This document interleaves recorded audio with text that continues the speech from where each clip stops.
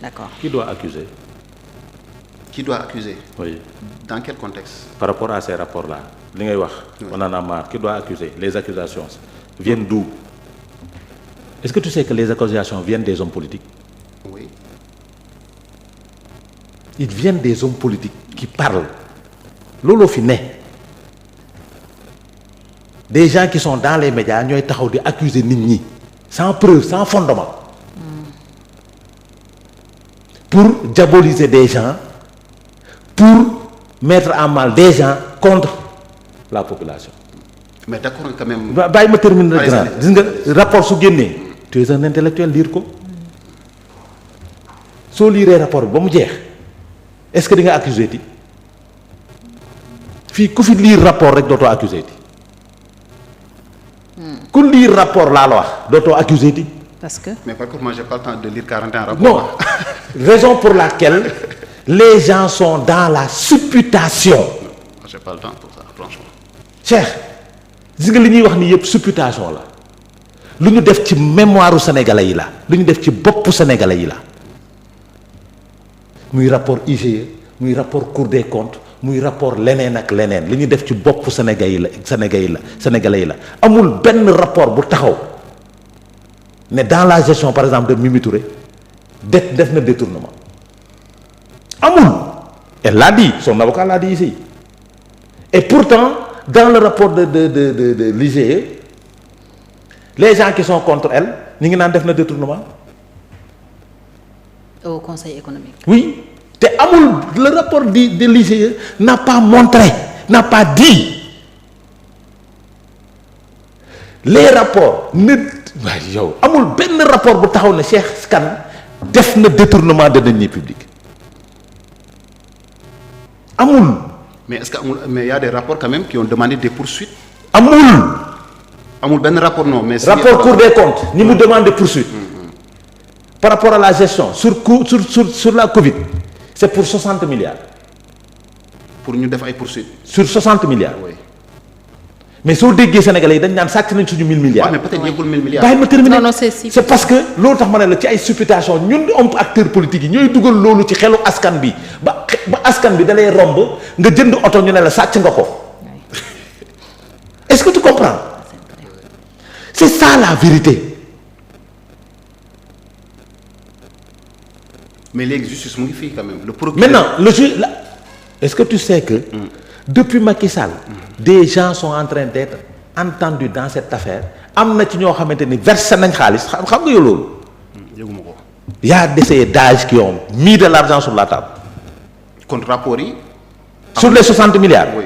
am na ñoo xamante ni def am nañu koy transiger transiger la ñu wax noonu. Transiger. Oui, transiger mooy oui fay. am na ñu commencé teg xaalis depuis du temps de Macky Sall. Ok, sur les 60 milliards. Sur les 60 milliards. Oui, mais loolu xam nga tey le procureur il nous avait habitués à faire des conférences. Oui, de oui. presse. Mais pourquoi il ne peut pas faire des conférences sans citer les gens? J'ai dit tey des na. Oui. tey des na. Des enquêtes sont en train de mener am na ay dages yoo xam ne ñu ngi jaabante dig di dem ak a ñëw. Sur l'affaire des 60 parce que bu fàttaliku le ministre de la justice a donné une liste de 6 personnes non. Oui waaw wala déet. wax na fii dernièrement que le processus est en train de suivre son cours. Oui. Et enclenché. Il y a des gens qui sont en train d'aller répondre ñu ngi mener enquête. Mener enquête ak culpabiliser bokkul. C'est différent. Parce que mbirum xaalis la de su nekkee dañ la ko jiiñ su nekkee yor nga xaalis bi dama rembourser. Il y a des gens qui le font. Mais dans la subconscience des Sénégalais c'est 1000 milliards kan moo ko sàcc Mansour Faye. xam nga kan moo alimenté débat bi les acteurs politiques moo tax ma ne la qui accuse suñu xamee qui accuse su boobaa mën nañ xam lu tax supputation bi am parce que tu en parles c'est parce que les gens en ont parlé sur les plateaux télé les hommes politiques en ont parlé sur les plateaux télé mais soo yemoon ci rapport rek bu ñu génnee nga lire rapport bi doo wax doo taxawee taxawaay bi gars yi taxawee parce que ils font de la politique. Politicienne parfois. De la politique politicienne. Je prends l'exemple concret sur la déclaration de patrimoine du président. 500 millions. Gis nga coow li mu def qui le fait ce sont les acteurs politiques. Bien sûr. c'est comme ça qu'ils font dañuy yëkkati dossier yëkkati. Je t'ai dit ce fameux rapport de bi ñu naan da nga koy génne pour des je vous ai dit celui qui l'a sorti. Quel rapport? De 29 milliards. Et nulle part sur ce rapport on a écrit que Mame Mbaye Niang a détourné les 29 milliards nulle part. Et c'est pas un rapport ki ko génne wax naa leen ko fii te ragalu ko parce que moment boobu coow li bëri na muy woon journaliste yi nekk ne attention li ngeen di bind nii lire leen lii ba pare. Ça veut dire que c'était benn document boobu mu lire Ousmane Sonko Dakaractu la ko jëlee man maay wax parce que Dakaractu moo ko partagé woon ci page am fa la ko jëlee moo tax mu ne la internet laa ko jëlee fa la ko jëlee te dans ce rapport nulle part amul benn page bu ñu bindee mais puisque c'est de la politique on alimente ces débats politiques c'est des débats politiques que nous alimentons et malheureusement ce débat qu'on alimente day jaxase askan bi ak dirigeants yi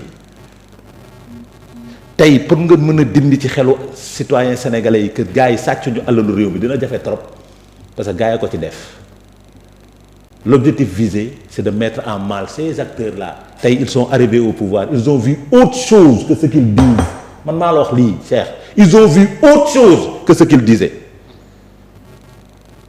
Cheikh. Oui. man maa la wax lii. Ils sont arrivés amul attendons de voir c'est dans ta subconscience tu es comme le citoyen sénégalais c'est dans ta subconscience. Ouais, mais tu m'accuses Adama encore. J'ai dit non xam nga tax nga ne attendons de voir. J'ai dit ils ont vu autre chose. xam nga man fan laa toll waxu man tollu ma ci étape kii moo def wala deful. loolu tax ma ne la loolu tax ma ne la neutralité j'attends loolu tax ma ne la mais j'ai besoin de c'est-à-dire savoir. tu as besoin de savoir parce que ils en ont xam nga kan moo alimenté ñoom ñu nekk pouvoir bi tey ñoo alimenté woon débat bi. C'est pas nous qui avions dit que Abdoulaye Wade dafa bëggoon jël réew mi jox ko Karim Wade. C'est vous non? C'était nous non? C'était nous qui avions dit que Abdoulaye Wade amul droit de troisième mandat. On a mobilisé la population non? Et pourtant il avait le droit. Donc vous avez mobilisé la population. C'est pour vous dire que en mettant de faux arguments j'ai sur la dit table. pour vous dire que l'acteur politique. C'est grave hein? L'acteur politique. nu mu def ba mettre en mal ses dirigeants avec la population da koy def pour arriver au pouvoir. Une fois arrivé au pouvoir la réalité du pouvoir ñëw taxaw xoolal nga càmbar rapport yi toog jóg julli ñaar ràkk baalu yàlla parce que li nga doon wax ak li am bokkul et dans la subconscience des Sénégalais Adama Fall a détourné dans la subconscience des Sénégalais est-ce que xam nga ni Adama Fall dañ ko doon fay weer muy tëdd ko jóg di wax parce que moom la ñu dugal ci bopp Sénégalais bi jàpp ñoo ne Adama Fall day xëy di liggéey parce que c'est ça qu'on a mis dans la subconscience des Sénégalais. Je vais te donner un livre qui parle de l'opinion publique bés boo ko liiree di nga xam acteurs politiques yi. Vous êtes des manipulateurs hein, ça. Je vais te dire. Moi j'aime bien quand il dit nous. J'ai dit non bien. attends xam nga problème. dañuy toll ci réew boo xamante ni. il faut tenir ce langage là. J'aime bien. Effectivement, oui. Ce langage c'est ça la réalité. Nous avons lu les livres. Gis nga. Qui vous ont appris à convaincre sans avoir raison, c'est ça. Tout acteur politique a lu Machiavel, a lu Sun Tzu, a lu les manipulateurs parmi nous, il a lu les intellectuels faussaires, il a lu les intellectuels intègres. C'est des œuvres que les acteurs politiques lisent. C'est pour mieux tromper le peuple, c'est ça? Du Max kii moo doon wax l'opium du peuple. La religion par contre. C'est la religion. C'est Karl Marx qui le disait. Qu'est-ce que Machiavel disait? La fin justifie les moyens. waaw jeex na donc ils appliquent à la lettre ces théories-là et malheureusement la population tombe dans ce piège. ñoom s'ils arrivent au pouvoir si nous arrivons au pouvoir réalité du pouvoir amuñu sañ-sañ taxaw sénégalais yi wax leen dëgg amuñu sañ-sañ bi parce que soo ko defee ñu waddi la il faut agiter Wade Macky Sall l'avait fait non après ci la teg CREI muy nekk taf yëngal pour montrer aux Sénégalais déglu rek. pour détourner l'attention du peuple. pour montrer aux Sénégalais non maa ngi ci nga jàpp ci kenn ñaar France après nga libérer leen ñu dem France mu yem fa c'est comme ça que ça va se passer. Ça c'est la rupture cette fois-ci pareil. parce que détournement moo ci amul. je parle de détournement de deniers publics détournement moo ci amul. amu ci. sur tous les rapports qu'ils ont publiés. bind ko ci benn. non moom du ko bind. déglul. waaw cette bouteille d'eau. dans la vie normale ça coûte combien. bon Fatou El Wade. 100 francs ah. je crois oui. 100 francs su ma la ko joxee marché ça coûtera 500. tu sais pourquoi. tu me parleras de surfacturation. tu peux rester 5 ans sans pour autant percevoir ton argent. oui ça c'est. dafay am manque à gagner. tu peux rester 5 ans pour ma fay la bouteille bii pour état fay la bouteille bii juróomi at fekk yow da nga dem lebi banque pour jënd bouteille bii à 100 francs. on nous parle de surfacturation parce que dans la mentalité des Sénégalais. surfacturation la parce que bouteille bi 100 francs lay jar. oui. mais c'est ça la surfacturation.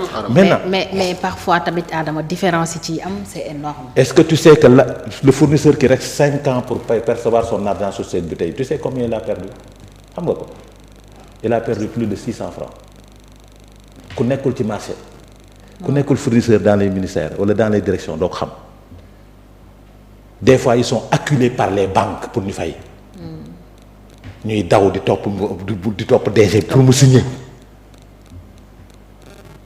nga daw ci 1 an 2 ans ñu changer directeur général bi beneen directeur général bu bees ñëw gis ni am na date qu'est-ce qu'ils ont fait ils ont arrêté de payer le nouveau pouvoir ils ont arrêté de payer ils sont en train de voir les contrats fournisseurs yi nu ñuy def dañuy taxaw xaar banque ba du xaar da lay xoj. oui parce que échéance bi jot na. échéance bi jot na da nga war a fay. est-ce que tu comprends. si si. donc c'est comme ça que ça se passe maintenant dans la subconscience des Sénégalais ah oui Adama Fall moom dóor na alalu réew mi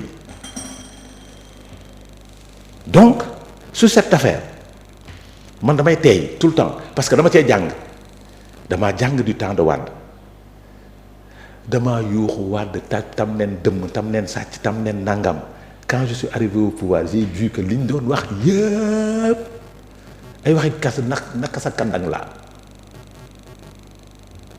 fii dañ doon marché naan nii ay sàcc lañ waaw wala déet. bien sûr. quand on est venu on les a pas poursuivis pour détournement de deniers publics on les a poursuivis pour enrichissement illicite xam nga kon bokkul. renversement de la preuve. de la preuve. on les a pas poursuivis pour détournement de deniers publics mais pour enrichissement illicite te ragal naa nag ils ne seront pas poursuivis pour détournement de deniers publics peut-être pour enrichissement illicite. donc Adama qui met les politiciens au banc des accusés. oui oui. mais ils sont responsables de toute cette situation. oui. voilà ils sont responsables de toute cette situation. li nga doon wax démb soo accès leneen lay doon. tey soo gisee ñi nekk au pouvoir suñ toogee ci plateau bi di ciipatu dañuy jàpp ne ñun xamuñu dara parce que lii la waa ji di wax ak li xew ci biir parce que man xamatuma la xew ci biir. waa ji may toogal xam na la xew ci biir man li may wax ak moom li muy xam li ma xam bokkul. et il n'a pas le droit de tout dire parce que il est dans un état. bien sûr. man nag j'ai plus ce droit là may wax lu ma neex. ñi bi naan sa ataay tëdd. dëgg moom il est dafa am lu ko tënk. parce que diffamation am na de. non dégg lu ma la dama ne moom dafa am lu ko tënk. il n'a pas le droit de tout dire il n'a pas le droit da nga koy xam loolu tax ñu ne la il faut être un homme d'état. maintenant soo demee nag ba nekk ci biir pouvoir wax naa chaque fois ma wax leen ko. souffrez parce que ñun lii lañ doon daj apprenez à le faire. ok mais l'objectif que vous avez c'est de lancer votre message. mer leen suñuy wax. parce que ñun dañ doon mer dañ daan toog ci plateau 10 personnes toog ñun rek ñoo ciy ànd ak pouvoir ñoom ñëpp wax tiire ci pouvoir bi yow reewal rek parce que li ngay wax mooy nii li ñuy wax xamuñu ci dara. yow yaa xam les réalités. yow yaa xam les réalités bi ci biir maintenant nag yow mi xam les réalités bi ci biir soo génnee ki xamuloon réalité bi ba dugg il aura le même comportement que toi. ok alors ñu avancé. aywa ñu ngi woon ci polémique je te laisse souffler un peu Adama ma dem ci Cheikh polémique bi juddu ci nomination wu Nit Doff ak Kilifeu PCA fond